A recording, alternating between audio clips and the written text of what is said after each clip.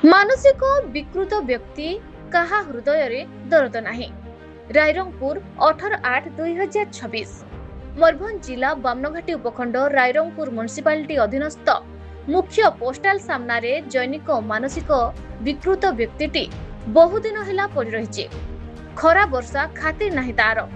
ପୂର୍ବରୁ ସେ ରାଇରଙ୍ଗପୁର ଉଚ୍ଚ ବିଦ୍ୟାଳୟ ପଛପଟେ ରହୁଥିଲା। ନା ତା ପାଖେ ମୁଣ୍ଡ ଗୁଞ୍ଜିବାକୁ ଘର, ଲଗାଣ ବର୍ଷାରେ କେଉଁଠି ଲୋକେ ହେଲେଣି ବାସହରା ତ ଆଉ କେଉଁଠି କାହାର ଜୀବନ ଗଲାଣି। କିନ୍ତୁ ଏ ବେସାହାରା ଲୋକଟି ପ୍ରବଳ ବର୍ଷାରେ ପଡ଼ି ରହିଛି। ରାଇରଙ୍ଗପୁର ମ୍ୟୁନିସିପାଲିଟିର ବିଭାଗୀୟ ଅଫିସର ଏ ଲୋକ ପ୍ରତି ଦରଦ ଦେଖାଉନାହାନ୍ତି। ତା ପାଇଁ ନାହିଁ ଆଶ୍ରୟସ୍ଥଳୀ। ସ୍ୱେଚ୍ଛାସେବୀ ସଂଗଠନ ମଧ୍ୟ ତା ପ୍ରତି ଆହା କରିବାକୁ ଆସୁନାହାନ୍ତି।